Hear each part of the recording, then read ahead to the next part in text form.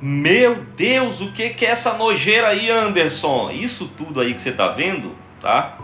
É sujeira acumulada dentro do corpo da eletrobomba da máquina de lavar. Quando retiramos a bomba, se assustamos, parecia um bicho ali dentro, né? Mas tudo isso é acúmulo de sujeira. Trava a eletrobomba, não deixa drenar, muitas das vezes queima a bomba e queima a placa por causa disso.